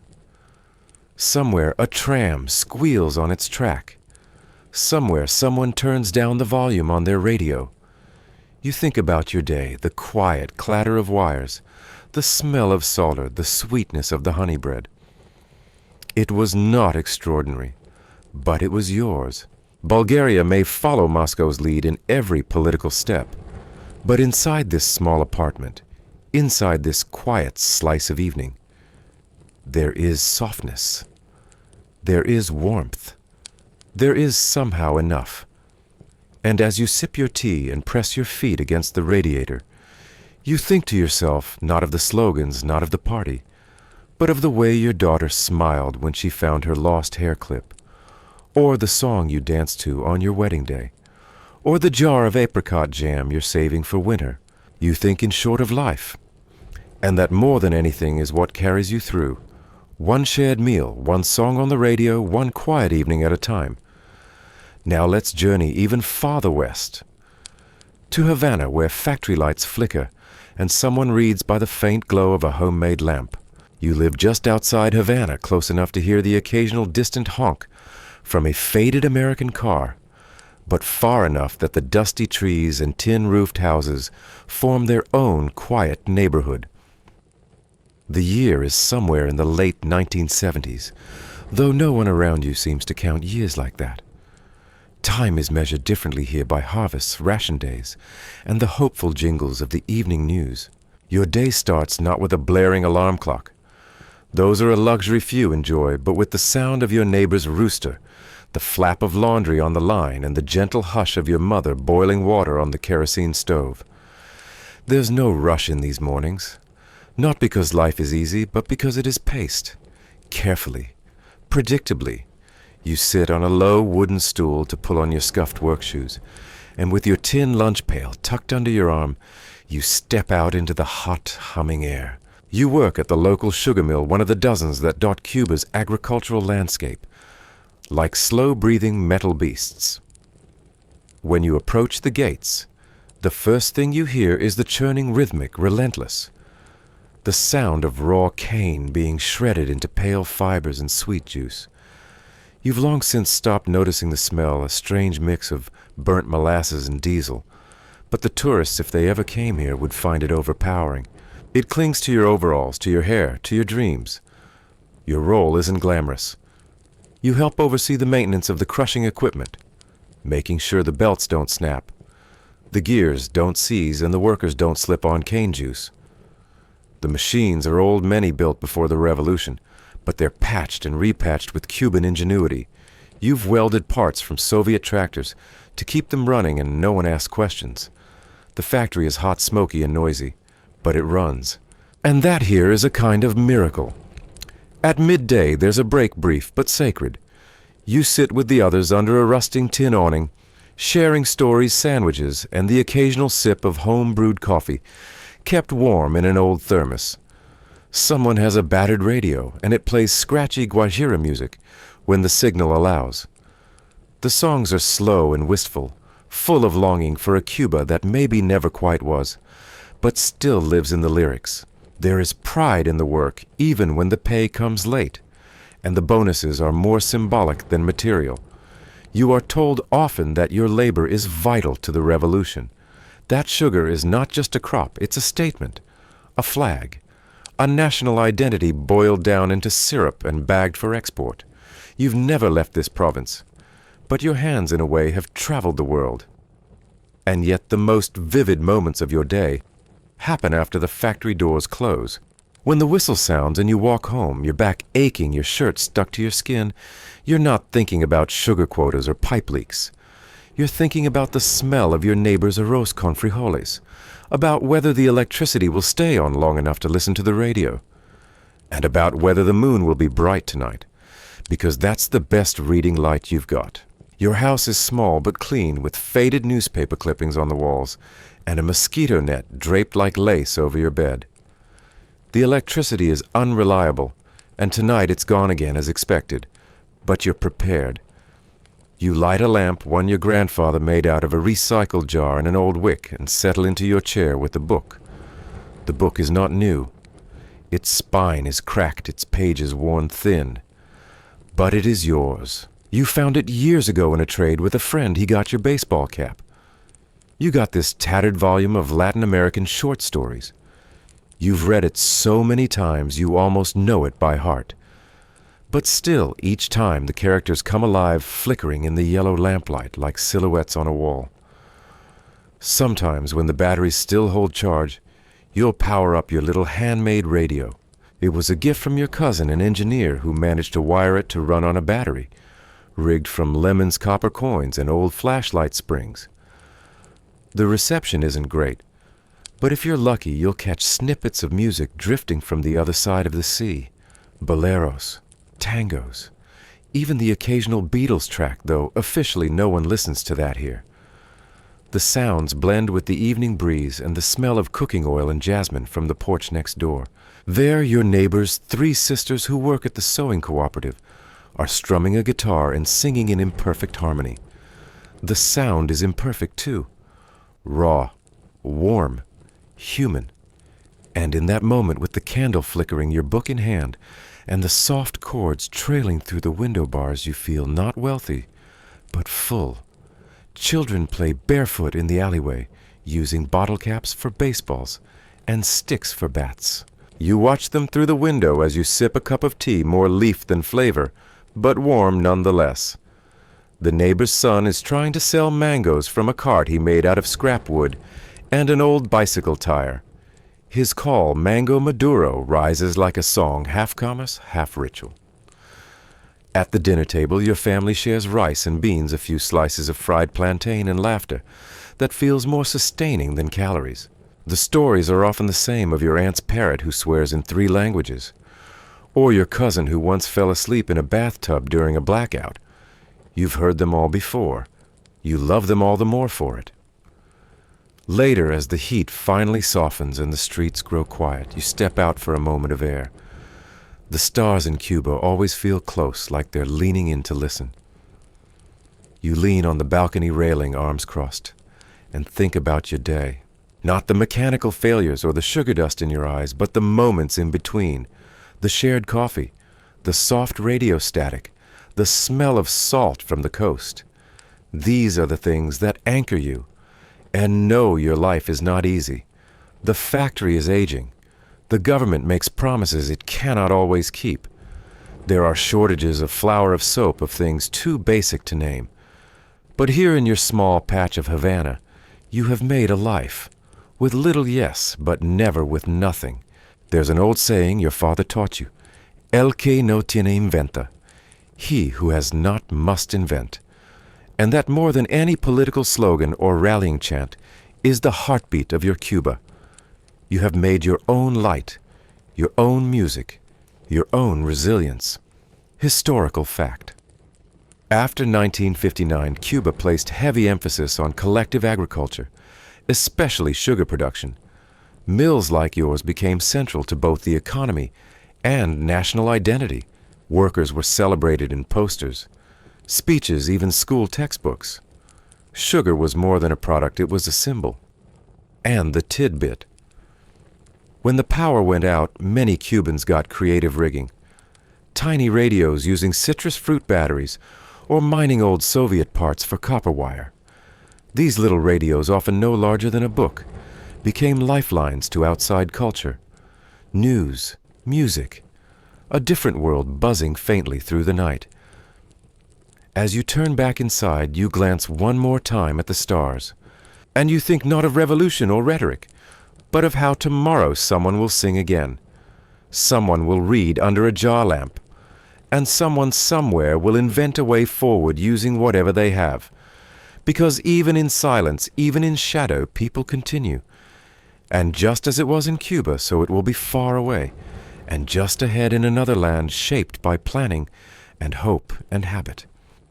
In the next chapter of this soft journey through ordinary lives, let's head east now toward a place where quiet bicycles, sewing machines, and coal stoves echo the same steady rhythm.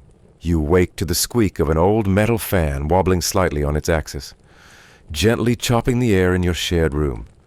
It's not much, just a concrete box in a Soviet-style collective housing block in the outskirts of Hanoi, but it's home.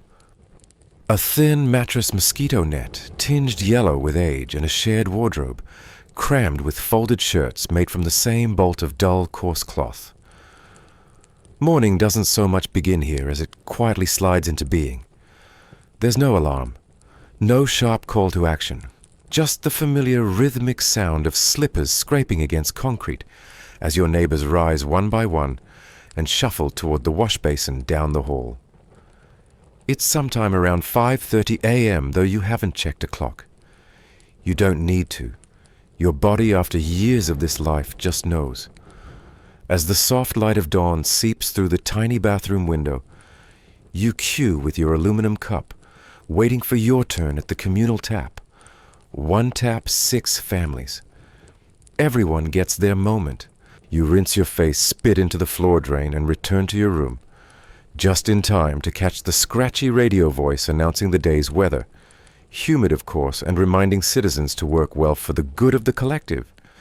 You pull on your uniform, a blouse sewn from rough cotton and a pair of trousers you altered yourself to fit.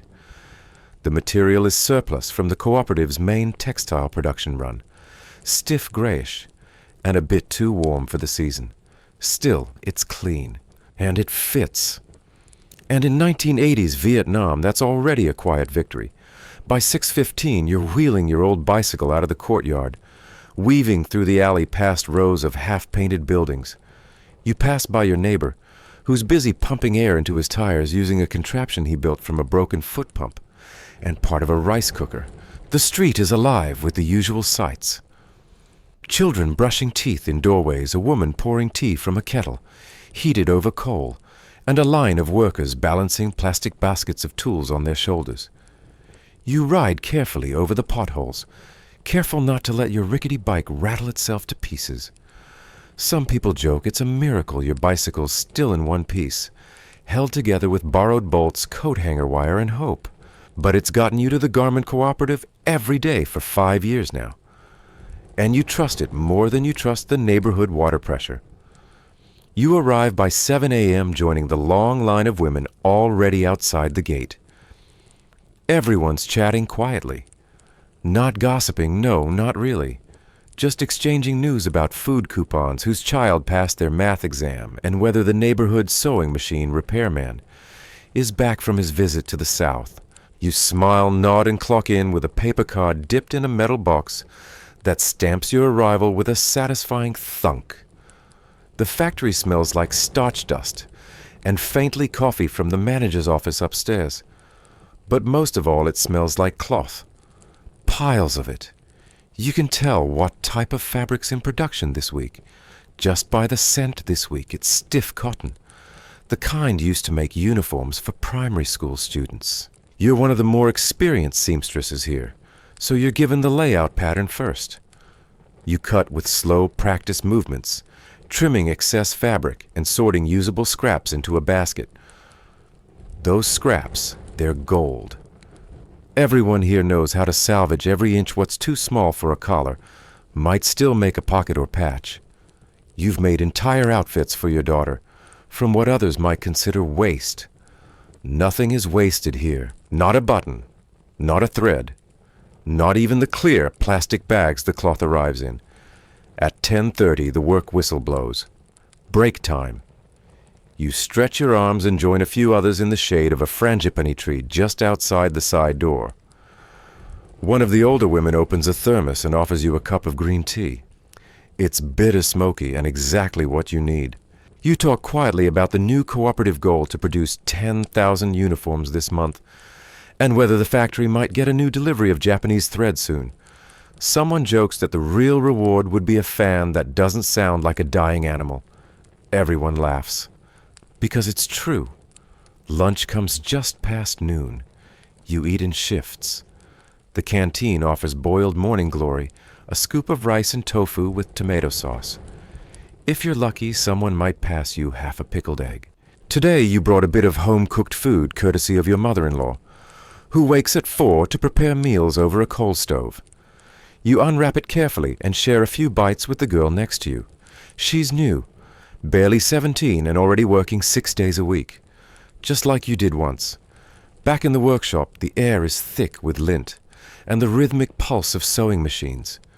Some are Soviet-made with Cyrillic labels worn nearly flat. Others are Vietnamese models, loud but reliable. You focus, thread your bobbin with muscle memory, and get back to work. Occasionally, the manager passes by and nods approvingly. You're on track, but you don't push it. Everyone knows the machines have their moods, and too much speed means the needle snaps, and your fingers don't grow back. By 3 p.m., the cooperative hits a small snag. A thread spool runs out, and the delivery is late. You help reassign tasks, shift some girls to hemming, until supplies arrive. The whole thing takes 20 minutes to fix, but you can already feel the tension. Time lost means production missed, and production missed means, well, not punishment, but maybe no bonus. And bonuses are rare enough to matter. Around 5:30 p.m., the final bell rings. You gather your things, fold your scissors into your apron pocket, and wipe your station clean. The girl beside you thanks you for helping her with her collar stitching again. You smile and wave it off. At the cooperative, skill is currency, but kindness, that's even rarer.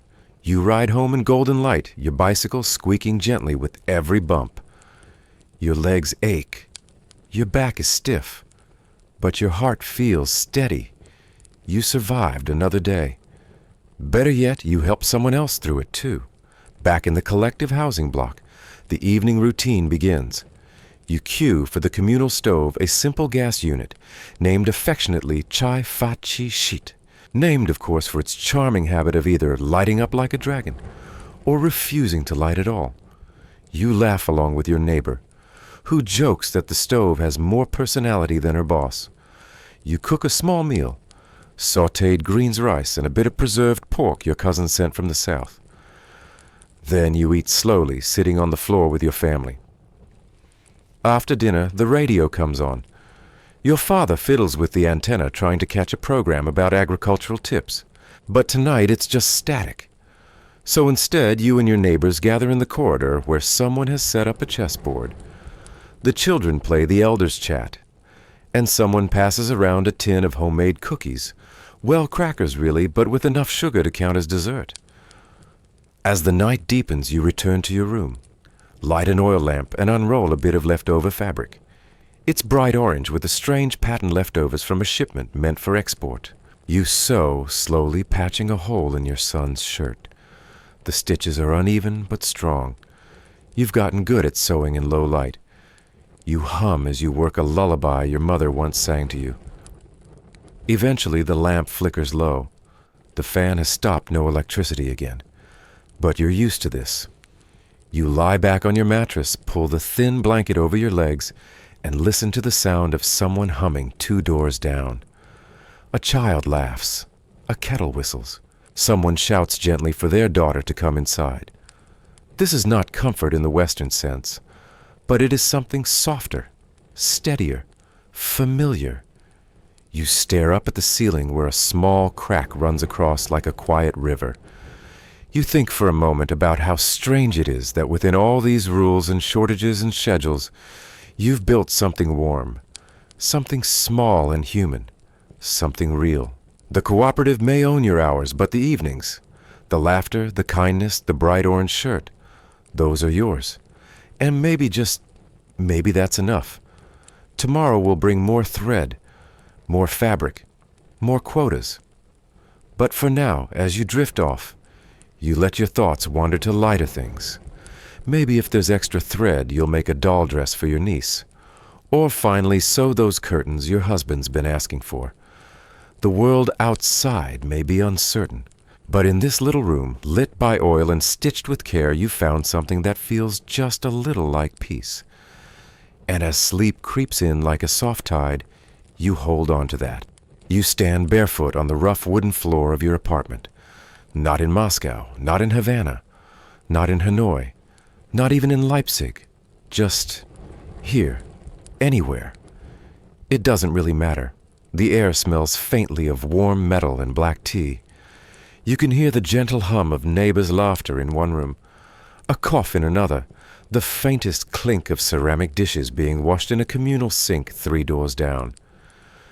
You close your eyes for a moment and listen. It's not silence, but it's peace, and that's enough. In a world shaped by borders and ideologies, by central planning committees and ration books, the human experience remains strangely consistent. Not the politics, of course. Those were always shifting, occasionally dramatic, often gray. But you just wanted to live, to work, to come home at the end of the day and feel the small joys of normalcy.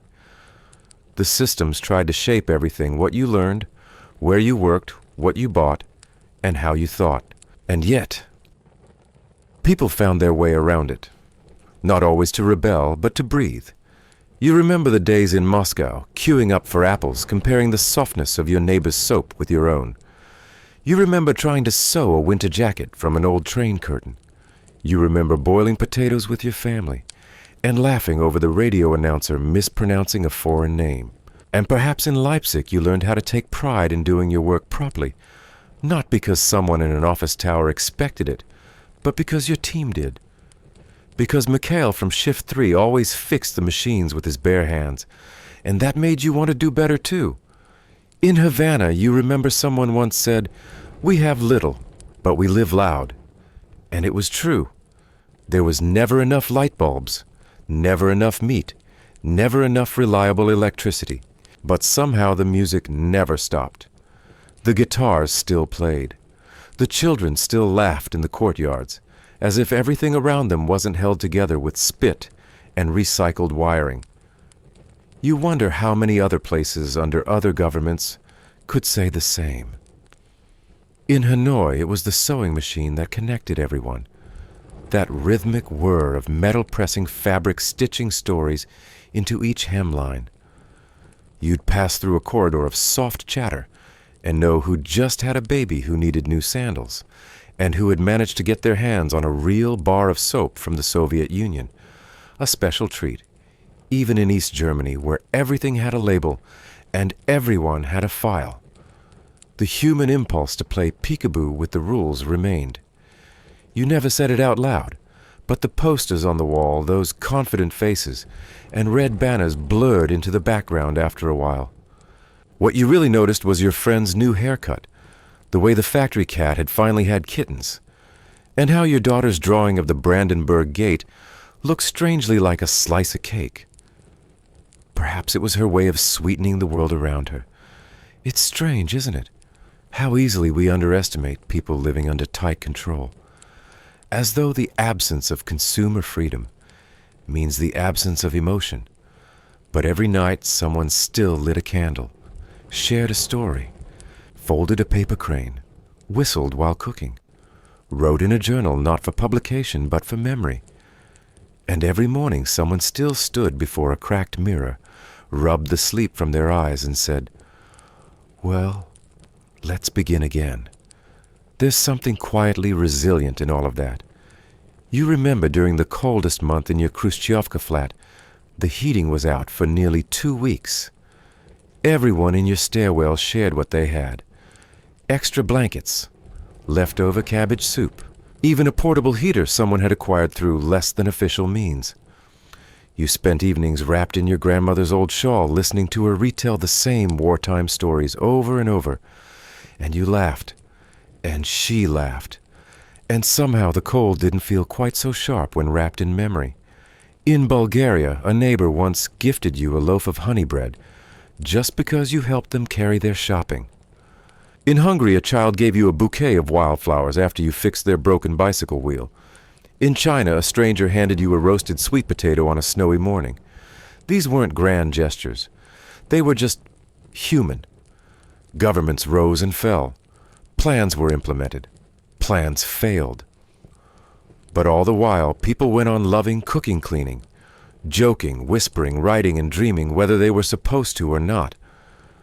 Maybe that's what this story has really been about. Not the regimes, not the slogans, but the people behind them. The ones who folded laundry while listening to pirated Beatles records. The ones who used knitting needles to fix typewriters. The ones who saved their last cigarette to trade for a tin of coffee. The ones who fell in love over broken telephones. The ones who believed in something better, not because a poster told them to, but because they had to. And you in the middle of it all, not a hero, not a dissident, not a symbol, just you, a person, living through the ordinary day after day, and finding meaning in the smallest of things, like the way your friend's shoes always squeaked on the linoleum floor, or how the elevator in your building had a button that never lit up but always worked, or how your mother's stew never tasted the same twice, but you loved it anyway. History doesn't always remember people like you. It prefers grand speeches and grander failures. But maybe it should, because it was people like you who kept the lights on, who raised children, who remembered birthdays, who boiled water for tea even when the faucet sputtered, who took the long route home just to avoid stepping on a neighbor's laundry line. People like you who knew how to stand in line with grace, how to listen without speaking, how to nod without agreeing, and how to keep hope alive in small, quiet ways. People like you who understood that survival isn't just about enduring. Sometimes it's about humming a tune while mending your only winter coat. So tonight, as you sit by your window with the curtains half drawn, let yourself remember. Not with sorrow, not with nostalgia, just with understanding and gratitude. Because you made it through a world that wasn't always soft. You carried on in a place where softness itself had to be carefully preserved, like a precious book bound in fading fabric. And you did it without applause, without fanfare, without needing anyone to know. But tonight we do. We remember you. We remember all of you. And somewhere in the quiet corner of a Khrushchevka, or a Vietnamese factory block, or a Cuban barrio, a light still glows. And maybe just Maybe that's enough. So now, take a slow breath. Let the factory buzz fade. Let the paper ration stamps slip from your hands. Let the kettles go silent and the worn slippers rest near the door. The day is done. You've walked through kitchens that hummed with quiet resilience offices stacked with paperwork that never quite added up, and streets filled with the sound of stubborn, ordinary life. Not the kind of history found in textbooks, but the kind that lingers in old radios and fading photographs, in whisper laughs exchanged over lukewarm stew, in threadbare mittens still stitched with care. You've seen the cramped rooms, the soot-dusted balconies, the makeshift birthday cakes and hand-me-down books. You've felt the weight of a world organized from above, but softened by the people below. And now, you're home, wherever that is. You sit wrapped in a wool blanket someone once passed down. There's a small cup of tea beside you, barely warm but sweet. A single lamp glows beside the bed. The floor creaks in a way you know by heart. You're not rich, you're not poor, you're just at rest. Let that be enough for tonight. Because in this moment, nothing is required of you. No lines to queue in, no machines to repair, no slogans to recite. Just breath, just stillness. And if you feel the quiet pull of sleep, let it take you. You've lived a day in someone else's shoes and still found yourself. And maybe that's the most human thing of all. Sleep well now. You've earned it. Sweet dreams.